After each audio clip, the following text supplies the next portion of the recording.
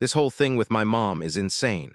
I'm 29, and I never thought her midlife crisis would turn into this mess. It started about 4 months ago when my 52-year-old mom introduced me to her new boyfriend, Jake. And yeah, you heard that right, he's actually 5 years younger than me. I figured, whatever makes her happy, I'll try to be cool with it. But honestly, something felt off about this guy from the second we met. He was laying it on thick with the friendly act, all smiles and bro this and bro that, like we were instantly best friends. He wouldn't stop talking about how nice mom's house was, how awesome her car was, and kept asking these super specific questions about the life insurance money my dad left us. Total red flags, but mom was completely blinded, just beaming whenever he was near. 3 months later, she texts me about some big news and wants me to come over for dinner. I show up and Jake's already there, practically glued to her side. Before I can even take a seat, they drop the bomb they're engaged. After just 3 months, mom's going on about how they're so in love and showing off this huge diamond ring that I know she can't afford. When you know, she says. Meanwhile, Jake's giving me this smug look over her shoulder saying, "Can't wait to officially be family, man." I fake a smile, tell them congrats, and then make a beeline for the bathroom to text my sister, Liv. "Emergency, mom's engaged to Jake. This is bad." Dinner was just the worst. Jake, Mr. Wonderful, just wouldn't shut up, going on and on about fixing up mom's house. The house where I grew up, the one dad built with his own hands before he passed away 3 years ago. "Maybe we'll finally redo that awful kitchen," Jake mumbled through a mouthful of mom's lasagna she'd been cooking all day. "Granite, stainless steel, the whole shebang." That sounded pricey, I said, trying to be careful. Jake kissed mom on the cheek and said, "Your mom deserves the best. Plus, that retirement fund is just sitting there." Mom's face kind of dropped. I never really talked money with her, but I knew dad had left her okay. Not rich, okay enough that a 24-year-old dude with no job seemed pretty interested. As I was leaving, Jake grabbed me. "Listen," he said, "your mom and I are getting married. You need to accept that I'm the one in charge now." I just nodded, desperate to get out of there. But just as I got to the door, he added, "She said you always come over for dinner on Sundays. That's gonna change. She needs to focus on her new life with me." That's when I started looking into him. Jake wasn't hard to find dirt on. His Instagram was public, all about partying, vacations, and tagging a bunch of older women. His LinkedIn said he was a self-employed investor, but no actual companies or anything. The worst thing was his Twitter. He just replied to a post about dating older ladies. Man, they were so happy for any attention, you know. They never bugged me about where I was going at night. And that retirement money, I took pictures of everything, put them in a folder on my phone, and just waited. I knew if I went straight at mom, she'd just clam up. I needed the right time, and it came faster than I thought. The next Sunday, I went over for our usual dinner thing. Even though Jake warned her, mom seemed totally freaked when she opened the door. "Oh, Tyler, I forgot to call you," she said. "Jake and I made other plans tonight." Then from inside, I heard Jake yell, "Is that your kid? I told you to call him." Mom's face went bright red. Jake was right behind her, ticked off. "Dude, we talked about this," Jake said, all grumpy. "We need some time alone." I told him, "It's just dinner, it's a family thing, we've done it since Dad died." Jake's face got even darker. "Well, I'm her family now," he said, "and it's Dad to you." I about choked. "Excuse me," I asked. He said, "You heard me, I'm marrying your mom, show some respect." I looked at Mom, figuring she'd shut him down. Nope, she just nodded. "Tyler, please," she said. "Jake's gonna be your stepfather." Is it really that hard to show some respect? Something inside me just snapped. I started laughing. I couldn't help it. The whole idea of my mom asking me to call this guy who's 5 years younger than me Dad was just too much. "Are you laughing at us?" Mom yelled, getting all worked up. "Show some respect." That's when I pulled out my phone. "Mom," I said, "we need to talk, alone." She was like, "Anything you gotta say, you can say in front of my fiancé." Okay, so I showed her everything. I showed her those posts, the ones about targeting older women, the comments about their retirement money. And the pictures, at least 3 other older women, all with rings that looked exactly alike, all taken over the last year. I told her, "Mom, he's a con man. He's after your money." Her face went from like total fury to this confused look, then bam, pure terror. Jake tried to snatch my phone, but I backed away fast. He started yelling, saying it was all twisted, out of context, you know, and then he turned to Mom, all sweet and innocent. "Baby, don't listen to him, he's just jealous." But Mom had seen enough. Her hands were trembling. She just looked at him and asked, "Is this true, Jake?" He said, "Of course not, I love you." But his eyes kept flicking towards the door like he was already planning his escape. Mom, so quiet, just whispered, "Get out." When he didn't move, she pointed to the door again, "Get out." His whole demeanor changed. The fake charm just disappeared and this ugly rage took over. He actually called her a stupid old bitch, said she thought she could get a guy like him without paying. I jumped in between them. "Leave now," I said, "before I call the cops." He stormed out, but not before spitting out, "This isn't over." Mom cried all night. I stayed with her, crashed on the couch. The next morning, she changed the locks and called the whole engagement off. I thought that was the end of it. Ha, wrong. A week later, after the Jake apocalypse, things got way crazier, way faster. Mom really moved fast after kicking him out. She changed all the locks since he'd been living with her for a whole month. She blocked his number, but the guy still found ways to contact her, new burner phones, email addresses we hadn't blocked yet. It was nuts. So on Monday and Tuesday, Jake was just blowing up all these channels with messages, flipping between apologies. "Baby, I can explain. Let me come back." Then it was threats. "You'll regret this," plus a bunch of guilt trips. "I gave up everything for you." She just didn't respond to any of it. Then Wednesday morning, my mom called me, freaking out. Jake had showed up at her job, causing a big scene right in the lobby of the accounting firm where she's been for like 15 years. Security tossed him out, but not before he yelled that she owed him for wasting his time and that she'd pay for it one way or another. Her coworkers were like horrified. Mom was totally mortified. I told her she should get a restraining order, but she was reluctant, still really embarrassed about the whole thing. "It's just a bad breakup," she said. "He'll get over it." That night, somebody peed on her car.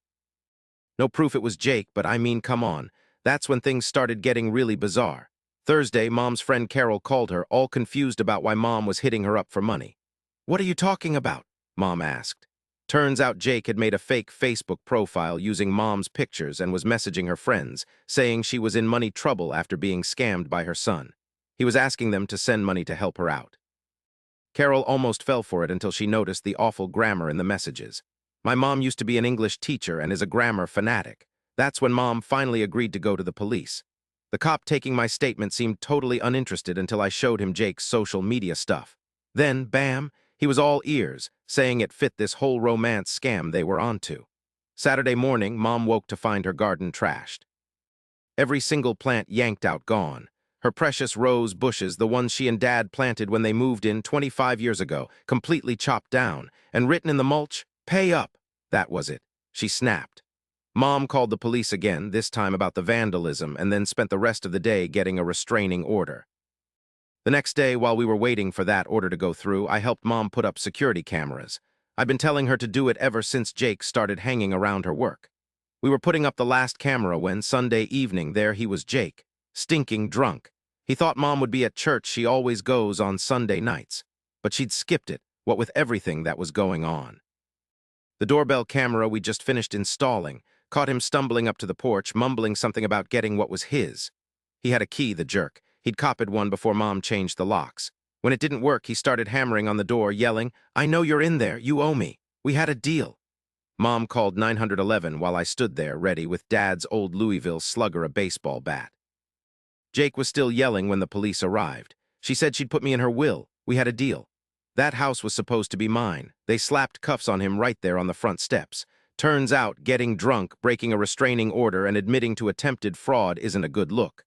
While they were putting him in the cop car, one of the officers came back to get Mom's side of things. That's when things took a turn.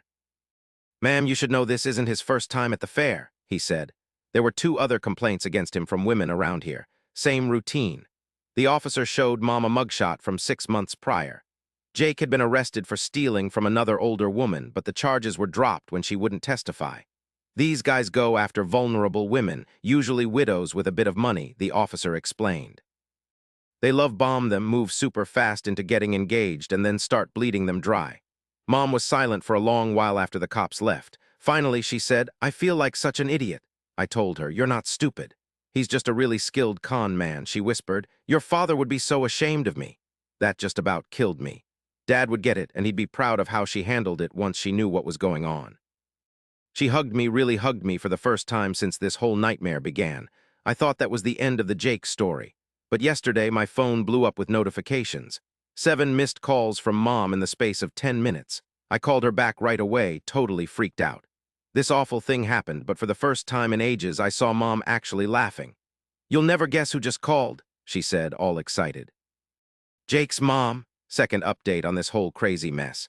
So Jake's mom, Karen, because of course her name is Karen, somehow got mom's number and called to chew her out for getting Jake into trouble. Karen's whole spiel was that Jake was misunderstood, a total sweetheart, you know. Mom put her on speakerphone, so I got to hear the whole thing. "Do you know what you've done?" Karen screamed. "My son has a criminal record now, all because of you," Mom, so calm, just said. "Your son has a record because he broke a restraining order and tried to rip me off for all my savings." Karen yelled back, "He wouldn't have had to if you just helped him like you promised. He told me you promised to back his business deals." I almost burst out laughing. Business deals, seriously. Jake's Instagram is all nightclubs and designer clothes he bought with other people's money. Mom said, "I never promised Jake anything except to be loyal, which he totally betrayed, and I gotta wonder if you even know what your son really does for a living." Karen went completely nuts. "How dare you?" she shrieked.